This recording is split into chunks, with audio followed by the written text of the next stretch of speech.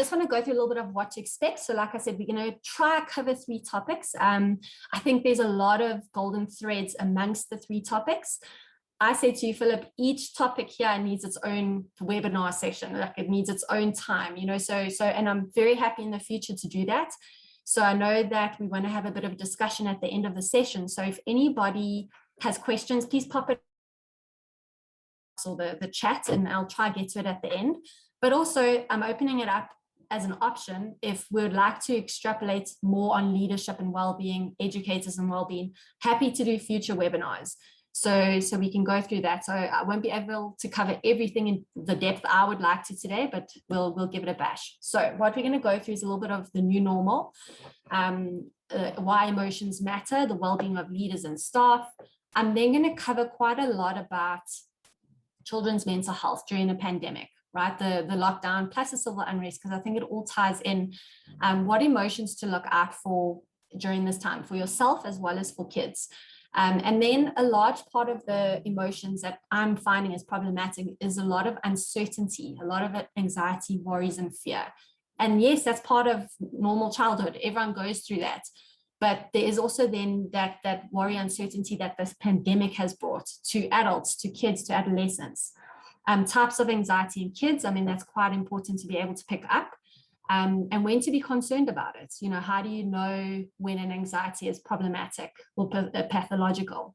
And then how to support your child as an educator, as a staff, but not just that, some practical tips that you as the adults can also take home, right? So you can't pour from an empty cup. And I think as parents, as educators, we need to fill up our own cups. And there's a lot of what we teach our kids that we ourselves need to model.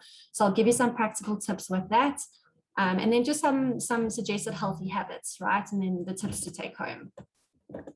So I just want to, so I mean, that's just so what has changed? How has the world changed? Well, I mean, in my mind, these are the main topics that people are dealing with. So you and I, as well as our kiddies, our staff members, our colleagues, the world has inevitably changed. That's one thing that we've had to get used to is the fast-paced changing of things.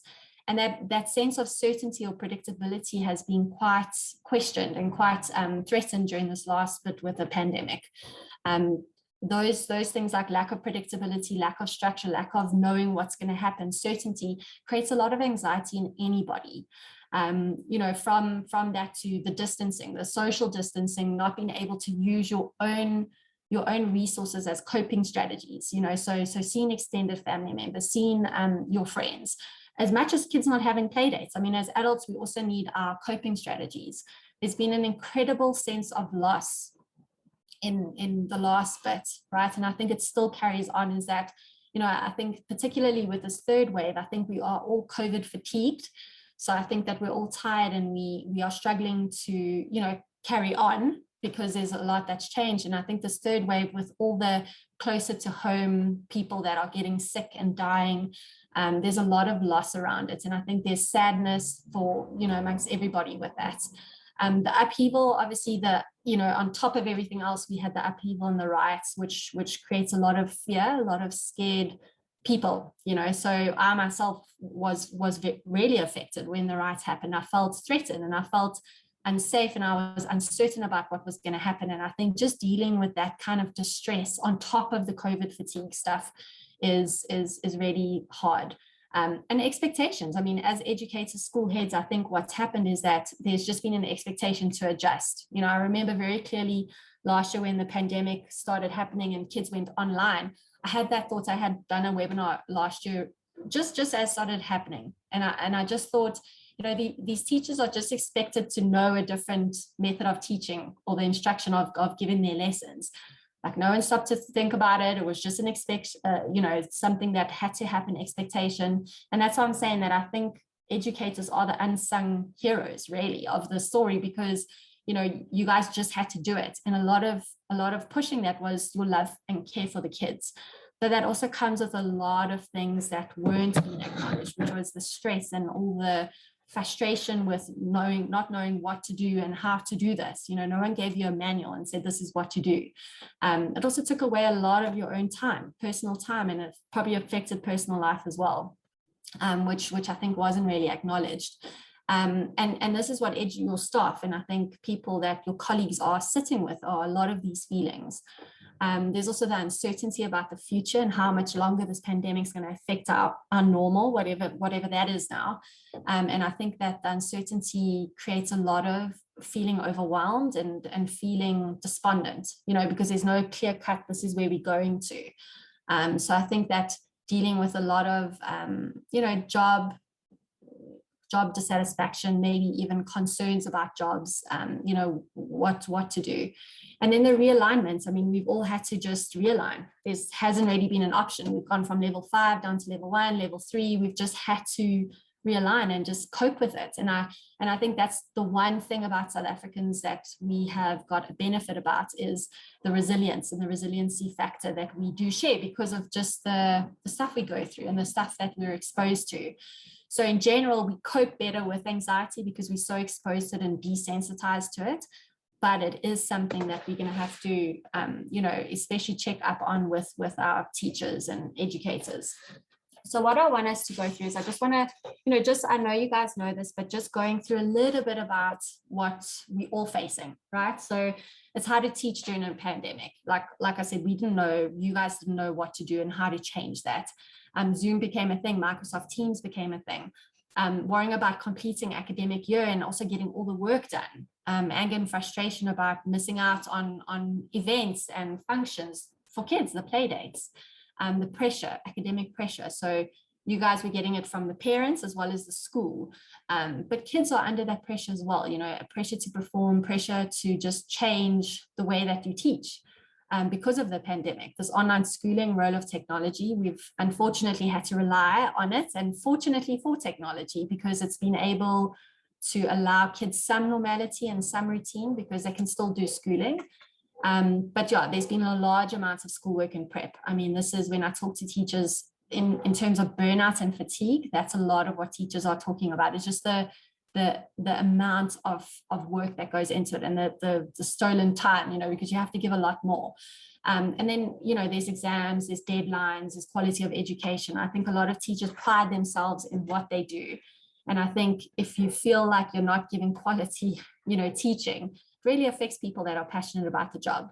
And then there's from the COVID protocols. I mean, obviously, as heads of school, I mean, there would be a lot of relying on departments of education and of health, to give us guidelines of what to do, and the ever-changing protocols, so this is right, this is wrong, you get a pass here, you're doing this wrong as a school, I'm going to report you here. So there's this kind of having to rely on that, but also I'm not sure if it's been backed up enough. I don't know if you've got enough support from departments for this. But as schools, just having to pull together and to do all of that. There's, social isolation, there's missing grandparents, cousins, extended family. And this is for you and I as well, just having that outlet, limited play, the sports events that haven't happened, the concert, the school events, that's also highlights not only in kids, but you as staff, it's what unifies people together through events. And like I said, the uncertainty, there's worried about getting sick. I mean, every day having to go on literally to the front line and getting sick, to carry out your job, and then thinking about coming home and then your own personal life, worrying about your parents or your grandparents or getting sick, worrying about your kids getting sick. And then there's worrying about how much are my kids picking up on my anxiety about this and my own mental health. I think a lot of parents worry about how their kids are going to be affected by their stuff. So they try and act like everything's okay and hold everything together. And I suspect that a school head or roles of leadership in schools do the same thing, very much like a parent, because essentially you are the parent of the system. And I think what happens is that we don't look after ourselves enough sometimes, because you're having to have this kind of facade that everything is okay, because you have to make it okay for everyone else. Everyone looks to you.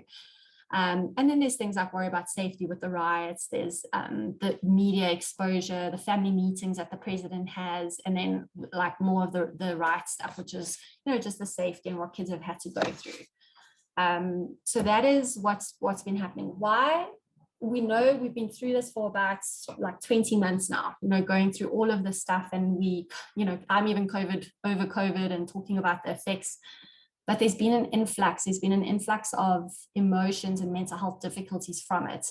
And particularly with teachers and staff and leaders. There was a study done at Berkeley University in the States where they did almost like a survey amongst teachers to say what were the top 5 things that they were kind of dealing with. And this is what they said was part of it, is that they were feeling anxious, they were feeling fearful, worried, overwhelmed, and sad. And that ticks a lot of my anxiety boxes, right? So just feeling overwhelmed, and I think that's the main emotion that I hear a lot of the time amongst, colleagues, is that it's definitely the most frequently mentioned emotion with most people. And the reasons why they gave this was partly because I myself am worried about, COVID. I don't want anyone in my family or my parent to get, or, to pass it on to somebody. And we don't know, this coronavirus was new, so I think partly it was my own, educators' own personal fear. And then it was stress around managing their own families while having to simultaneously, still be a teacher, and still having to educate. So it's about, well, my child's online, but I also have to be teacher in my job and still do online. And I think a lot of times what happened with the technology stuff was that your kids required a lot more parent participation. And remember, besides being staff or educators, they're also parents, a lot of them. And that would mean this, it would mean that it would be difficult for them to manage the balance. So again, at Yale, they had a study that showed how emotions drive teaching and learning. And I felt like this was important because we needed to look at how does emotional well-being affect how you can carry out your job as an educator. And what they said were there were 5 primary reasons for considering why emotions are really impactful in the way that we do our job, right? So this is the one that emotions matter for attention, memory, and learning. So I'll have this presentation, will be on YouTube, but I'll also distribute it with Philip so you can get this stuff.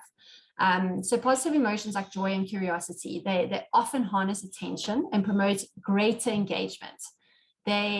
Anxiety and fear, especially if it's going over for a long time, it really disrupts the frontal part of our brain, so the executive functioning. Same with kids. If kids are very stressed, and this is often with test anxiety, we see this with kids, is that if they are very anxious, this part of the brain that should be like the clever school part of the brain, where they maintain attention, manipulate things, it really shuts down. So what happens is it really gets, almost they can't think through things. So what happens here, the same with us, is that our concentration is disrupted and we can't think properly.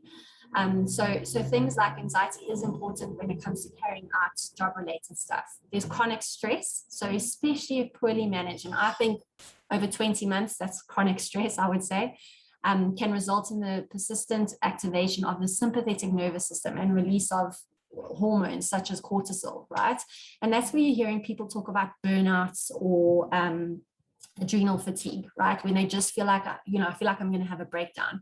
Often we're actually seeing that in August, right? So in my world, in psychology, August is the highest suicide month. It's not even December when you think it's festive season and people are lonely. It's August, because August is, we've had 8 months of pushing really hard. And if you think about the current times, we've like times 2, times 100-fold that we've been pushing. And what happens is we start to get tired and we start to get fatigued, and that's when the burnouts start happening. And mental health really does get affected. If we know what we know about the brain is if there's too much cortisol and that sympathetic nervous system is activated all the time, it really affects brain structures that's affected with the executive functioning, right? Which for us, we need to know that, because for students, they can't perform academic tasks, right? And that's why kids in psychology, I'll often ask parents, what are the signs that there's a mental health problem? And often there'll be disruptions. So if a child's previously been doing well academically and there's a problem, there's signs of something, right? Because academics are the first to go out the window, and as well as carrying out your job. So things like completing tasks, things like remembering details or getting back to things, that will all start to feel a bit blurry if there's too much cortisol. So it is important for us to look at those emotions. When we're feeling overwhelmed and scared, stressed, areas of our brains responsible for wise decision-making can also become hijacked, right? So in contrast, the experience of more positive states like joy and interest tend to help people. evaluate individuals, places, events more favorably compared to people experiencing more unpleasant emotions. So judgment calls, right? So not only that is that we're making bad decisions, we're not making quick decisions or helpful decisions. Pleasant emotions such as happiness, joy, also shown to enhance mental flexibility and creativity. And I think part of being an educator is that you have to have an element of creativity. Working with kids in general, you just have to have that kind of energy and creativity. And it's not something that comes naturally. We almost need to have enough mental capacity for us to do that. And yeah, so that's definitely something that gets affected. Emotions matter for relationships.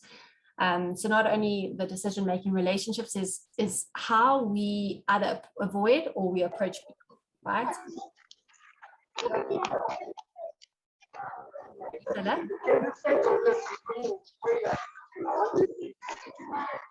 Sorry, Candice, I'll just unmute them or mute them.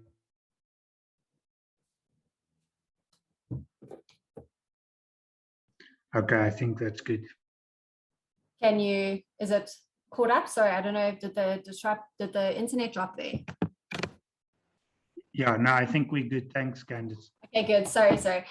Okay, so teachers who express anxiety or frustration, for example, in their facial expressions, and this is where body language becomes very important to kids, are likely to not be approachable, right? So children's sense of safety, which is very needed amongst in these times, is disrupted, because they're not going to feel like this teacher has capacity for me. I don't want to burden them, or I feel unsafe. So if you are mental health wise not okay and you're struggling emotionally, that's going to affect your kids in turn and how they're going to approach you or not approach you. And yeah, so that will have a negative influence on learning.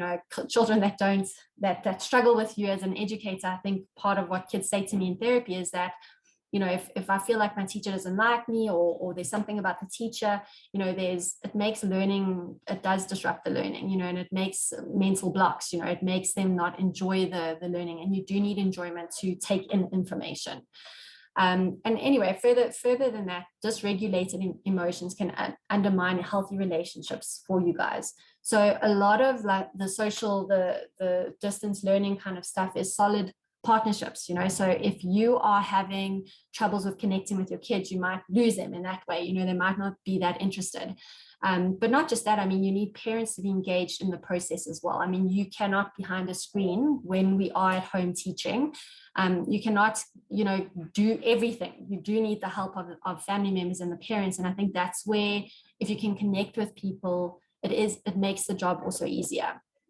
So emotions matter for health and mental well-being. So how we feel influences our bodies, including physical and mental health. There's a lot of things around, our bodies getting sick and telling us when to slow down. Often I think there is going to be a lot of studies around anxiety and people contracting COVID or other chronic diseases, immune stuff, because I do think it lowers our immune system. And I do think that we're more susceptible to things if our body is under stress, and that can be from mental health stuff.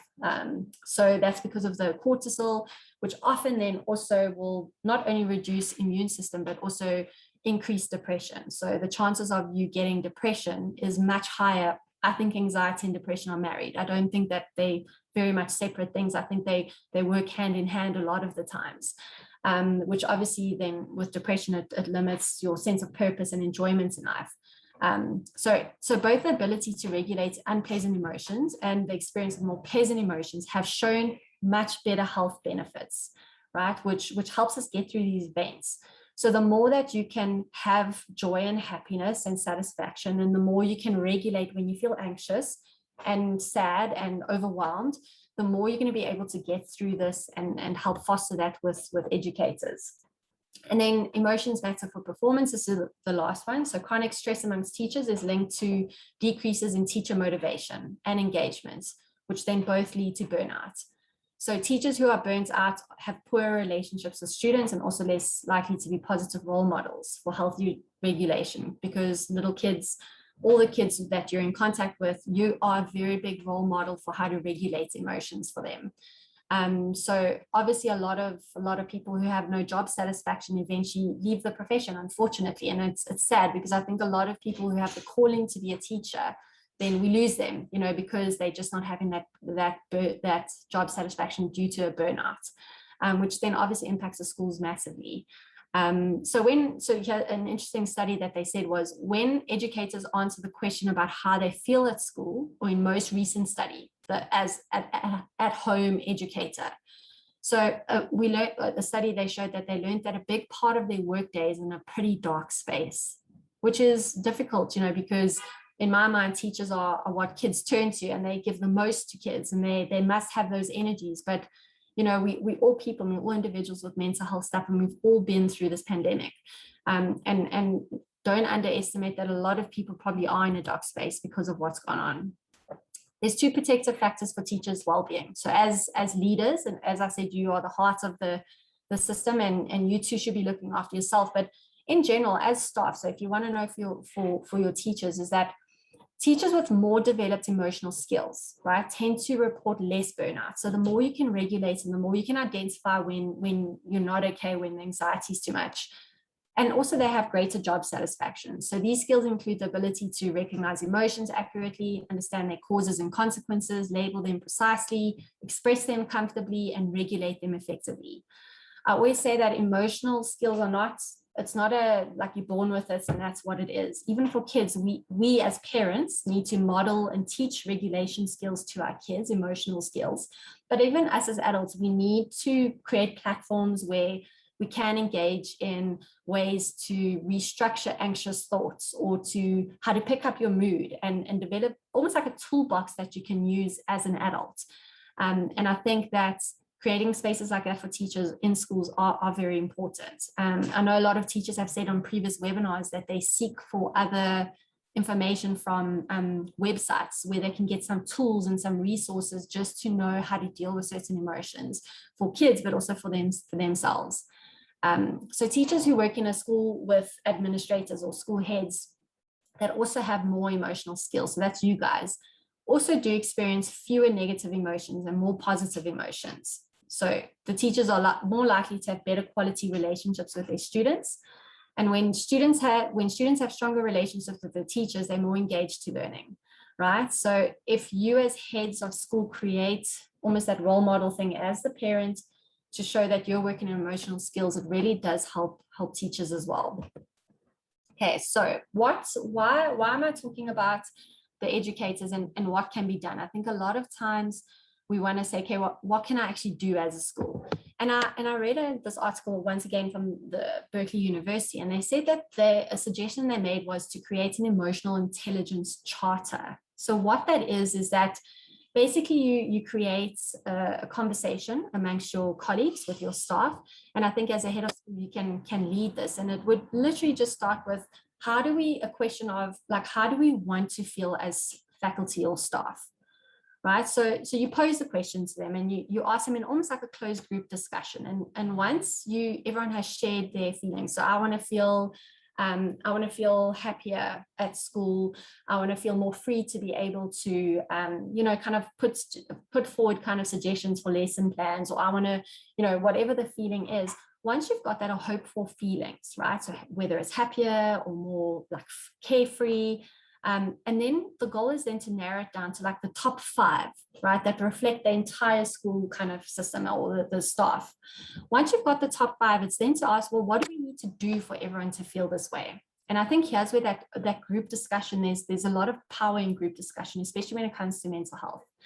And here people can share specific ideas so that would support them in experiencing each of the feelings. So people can say, well, I think if we created a mindfulness Monday, let's say at school, where we just take a few minutes out and we do some sensory related things, or we get an OT to come and show us how to do certain sensory related activities, or, anything like that, where people can suggest things. And then really the goal is to say, well, we've got these 5 things. Let's think about 2 or 3 of these observable behaviors that we can try and implement for each feeling to make it alive. And then to put that into a bit of a structure. Once we've got a document together, which is the charter, it's a living document, right? And it's an evolving thing. So it's evolve as you learn. So we try certain things out. You might want to have people to lead the process to kind of, kind of check that this stuff, weekly kind of reflections to check that these things are being succeeded in ways that opportunities for teachers to share their ideas and to base them on like what I've done, what is working, what's not working. I think if teachers just feel more empowered and more engaged in a space where they can talk about stuff and that, emotions do matter, I think it really does help them feel more empowered. It's some kind of place that they can go to talk to. And I know that time has been really affected for a lot of teachers during the whole pandemic, is that they've lost time. They're having to do all this extra stuff in this meeting and this virtual meeting, and they don't really have time. But I think if you as heads were to incorporate it as something very important, this emotional intelligence charter, and that it's something that we're going to, as a school, try unify and promote mental health, I think it helps you know that your staff are okay and that their cups are being filled. And I think it helps them to feel like, okay, fine, I can be an educator because of it. So that's kind of a small suggestion that I would say for educators. I mean, we're going to quickly go through a bit more specifics that we can do for kids, but also as individuals, suggestions, tools that you can do. And these are the emotions to look out for during this time. So the anxiety, fear, sadness, feeling alone, frustration, anger, boredom in children and adults is completely normal. Even as a teacher, to feel a bit bored with the lesson planning or the virtual lessons is pretty appropriate. Children's response to anxiety will depend on their developmental age, their stage and maturity, and how they were previously functioning, and also how we respond around them. So a lot of the right stuff was kids looking for parents to give them answers and certainty about that they're okay. So normal anxiety, it's normal for kids. So anxiety is not a bad emotion. There's really no emotions. Emotions really give us advice of what we feel and what to do, right? So anxiety in general is pretty normal in childhood. Amongst most adults, it's quite normal. As South Africans, we all have some level of anxiety. We have natural worries, we've got fears sometimes, that's pretty normal. So in most cases, anxiety in children and fears in childhood come and go, but they don't last very long. So what happens is we'll have separation anxiety, they'll grow out of it, they'll have fear of dogs, they'll grow out of it. But children also worry about very different things as they get older. They worry about peer acceptance, they worry about their parents' mental health because they become more aware of it. Maybe when they're younger, they worry about getting sick or getting hurt. But the older kids, in older adolescence, teenagehood, it's less concrete. So it's not just about me and myself. It's more about like the war, the riots. So the older kids are thinking about those things. So we can't assume that they're not. And they're also thinking about the parents and finances and job security. And those are all things to be aware of, that kids notice that. So I know the previous presenter in one of the other sessions had explained why the brain gets so anxious and why brains functions like this. I've just recapped it slightly for you guys. And I've just to explain that we've got three parts in our brain. So we've got the brainstem, which is also known as the animal brain or survival brain, and that's the one that gives us the fight or flight.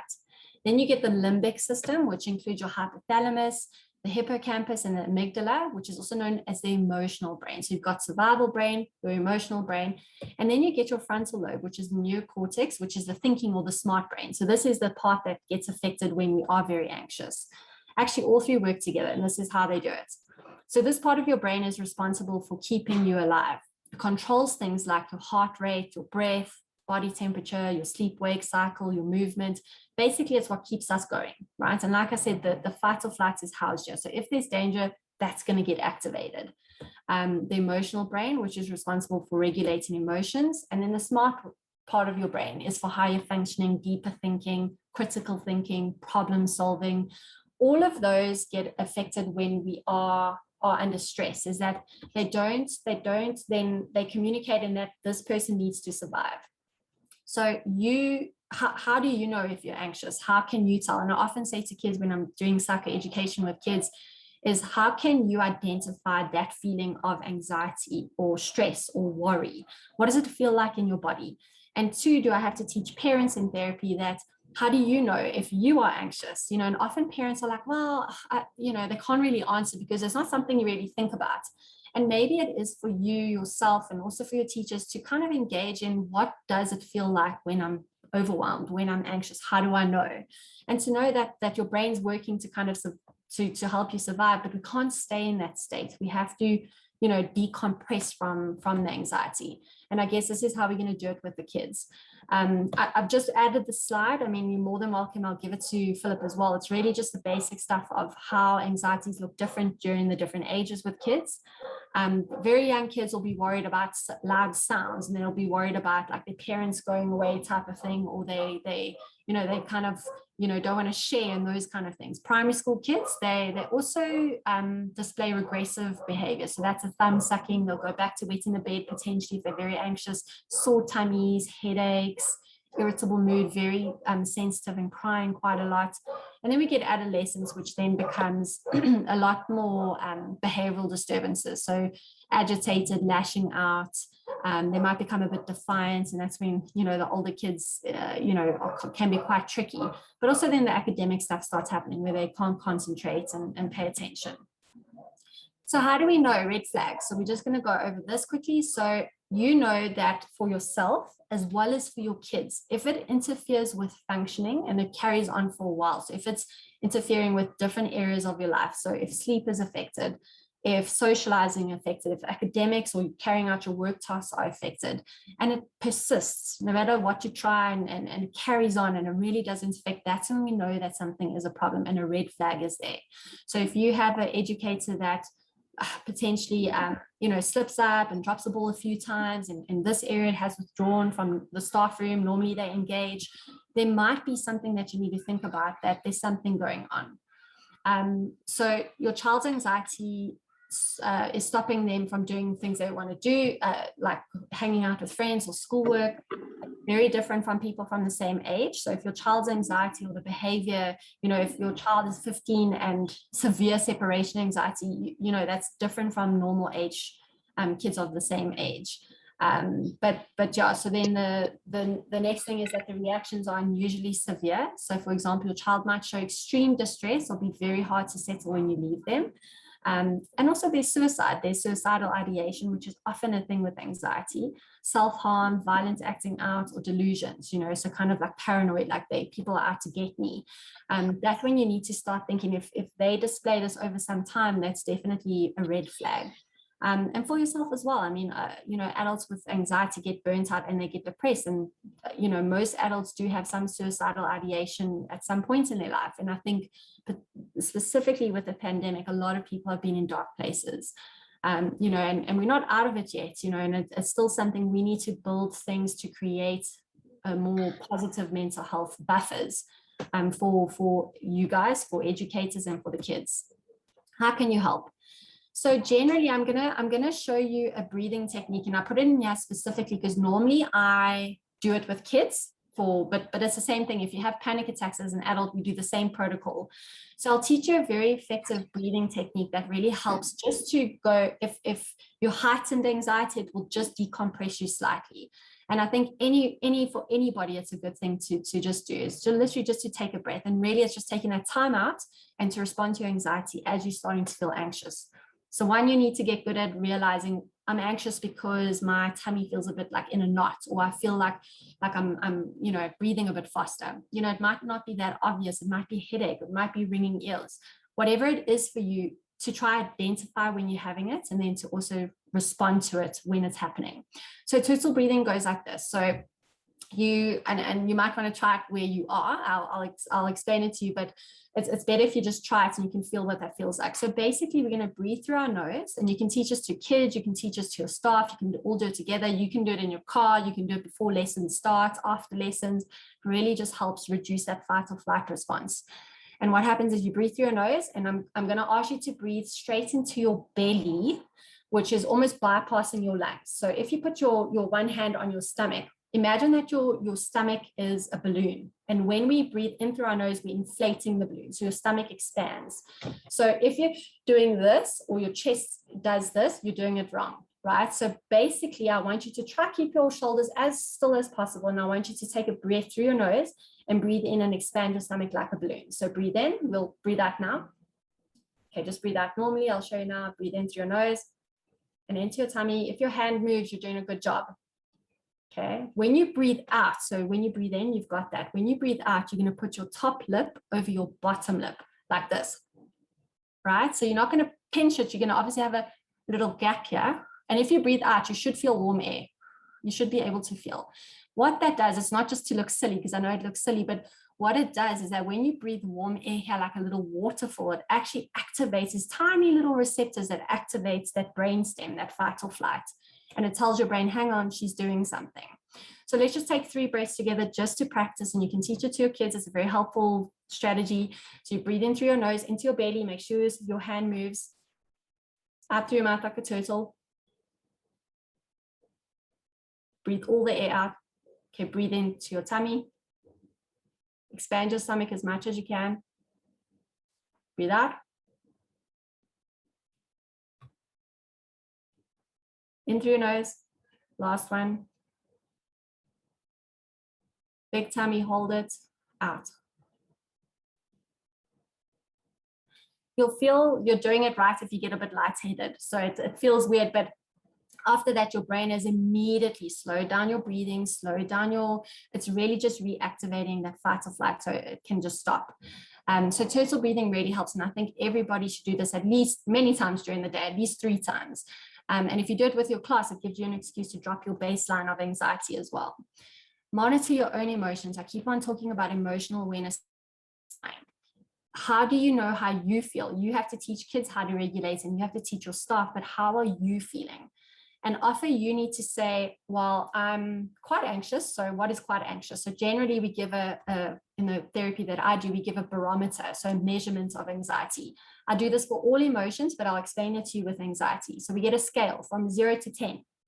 10 being panic attacks. So if anyone's ever experienced that, they'll know that that's the most extreme form of anxiety. It's terrible. So 10 is the most extreme anxiety. 0 is no anxiety. There's no one that is a 0, not anyone. We'd be dead, because we have that in our brain to keep us alive. So maybe if we lived in Switzerland or Sweden or some kind of country like that, where it's a bit more chilled, we would be a 1 or a 2 on the scale, generally most days. But because we're South African, we have our own norms, which is 3, 4, 5 on the scale is appropriate for amounts of anxiety. It's not even pathological. It's like, oh, okay, you 4 out of 10, it's pretty normal. Other countries would think that that's very pathological.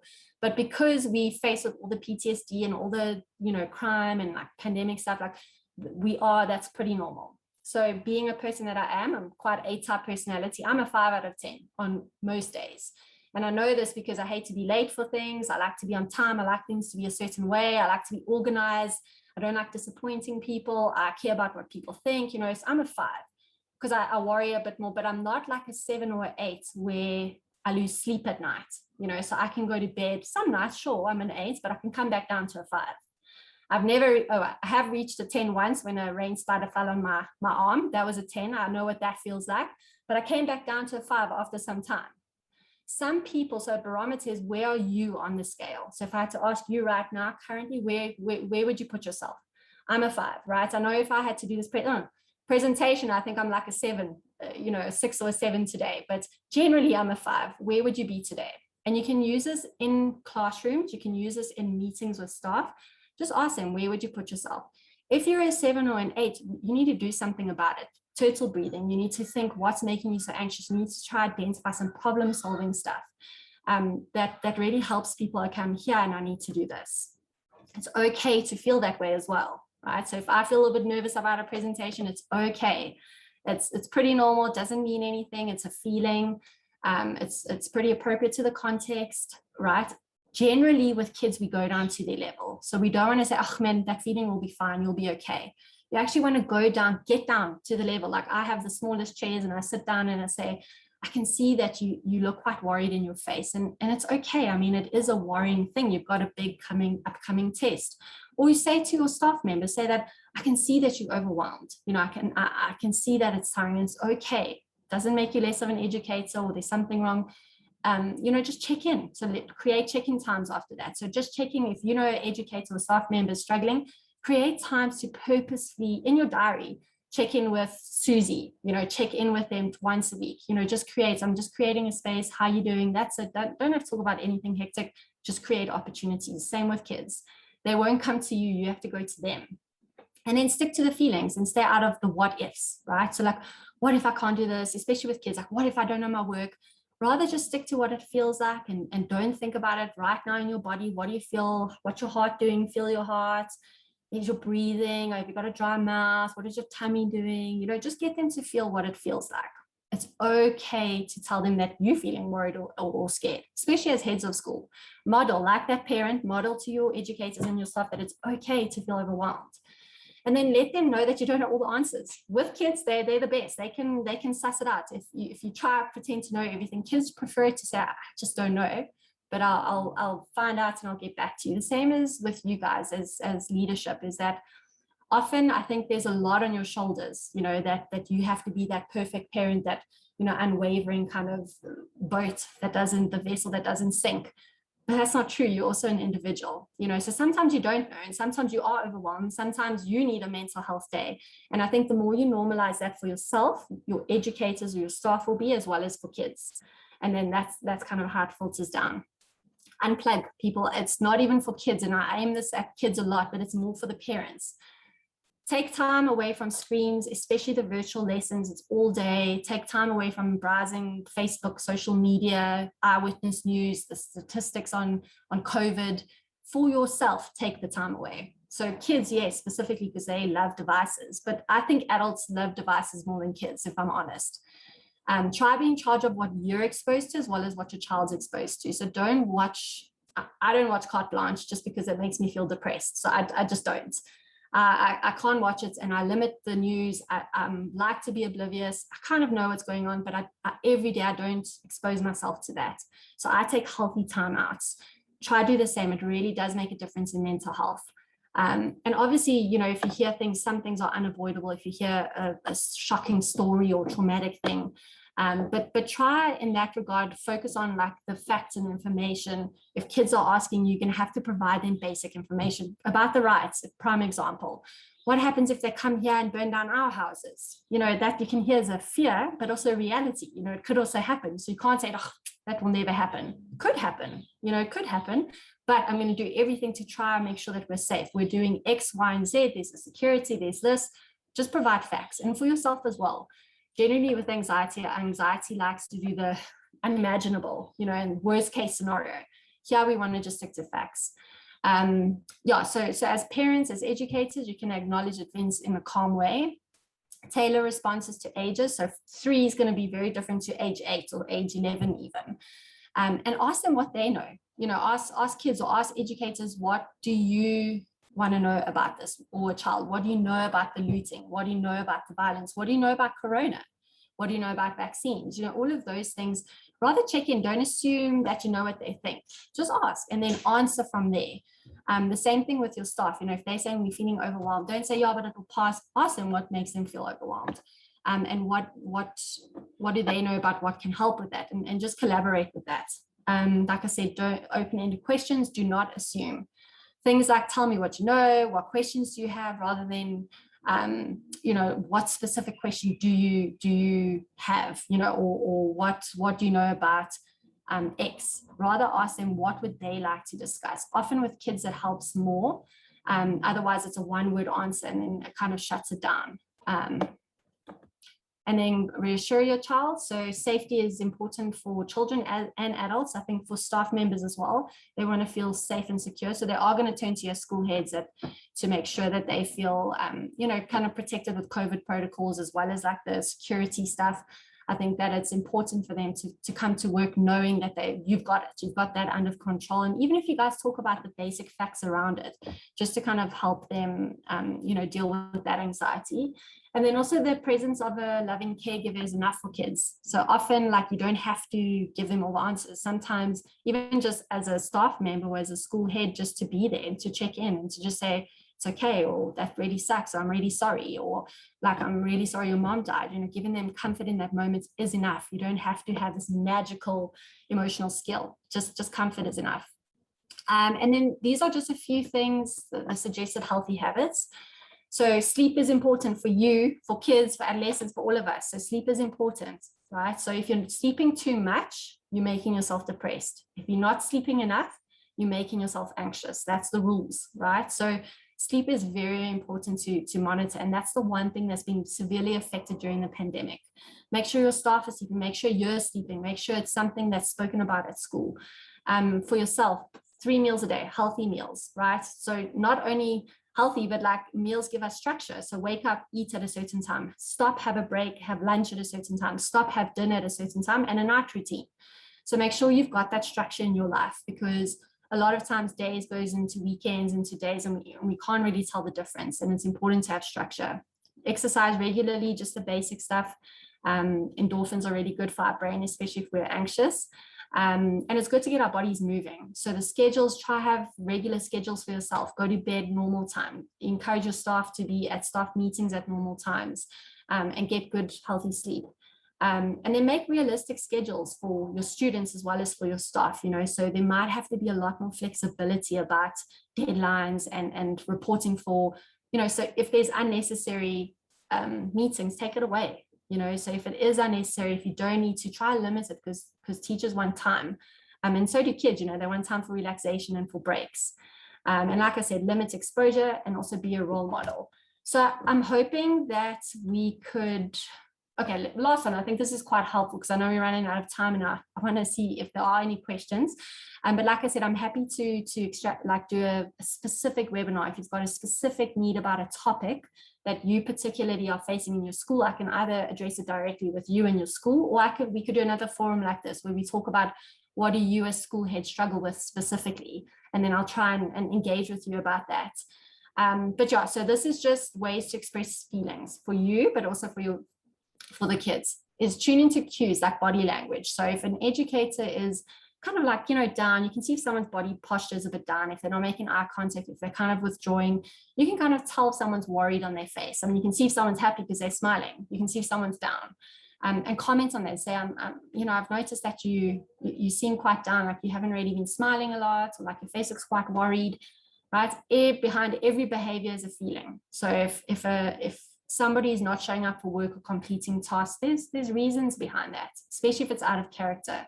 Try to get to them to name the feelings, especially kids, for you. Identify feelings in other people. So even if you as a school head had to share, I've also been quite overwhelmed. I've been really frustrated, and I've even dipped into low mood sometimes. That's happened to me. I feel burnt out. Just being able to normalize and make it okay. And then be a role model. Don't be a hero in that way. So as a school head, don't just be an iron robot that doesn't experience. Just role model. So if you're having to need a mental health day, say that I need to do that, and we need to create more space for that. And then for kids, encourage with praise and listen to what they're talking about. So I have rushed through the presentation, and there are specific things that I'd like to share more, but yeah, I mean, Philip, that's kind of like an introduction. Like I said, if we do have questions, we will. I'm happy to have another one, or with specific schools. Happy.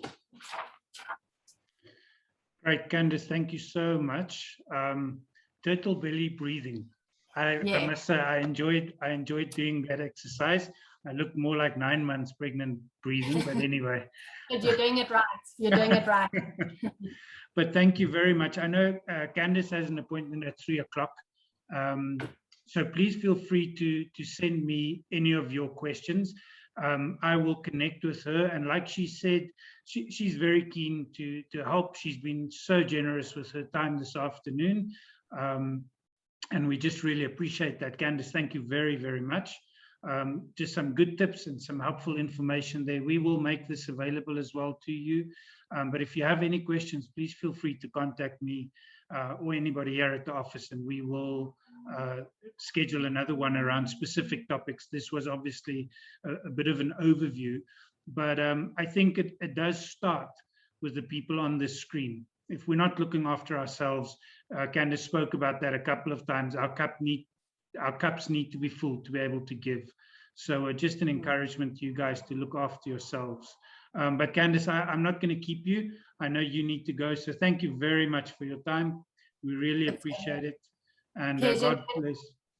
Thank you, Philip. And what I'll do is I'll share some resources with you. Happy to share, online resources, part of the presentation. And I also see that some people are asking for some of the studies that I've mentioned. I'm happy to share that with you guys as well. So I'll get you all the information and you can distribute. Perfect. Thank you very much. Good. We could only afford Candice for an hour, so she's got to go. No, I'm joking. She's been very generous. She's just blessed us with her time today. But thank you very, very much. And Candice, like I said, has helped me not only just as a school, but personally as well. We've got to be open and honest with where we are at. And I think that just sets the tone for the rest of the school. So Candice, thanks for your insight. God bless and all the best to you and your family. Thank you so much. Thank you. I really appreciate it. Okay, Lovely thanks. meeting you guys. We'll chat soon. Thank you. Okay. Bye. Bye. Bye. Bye.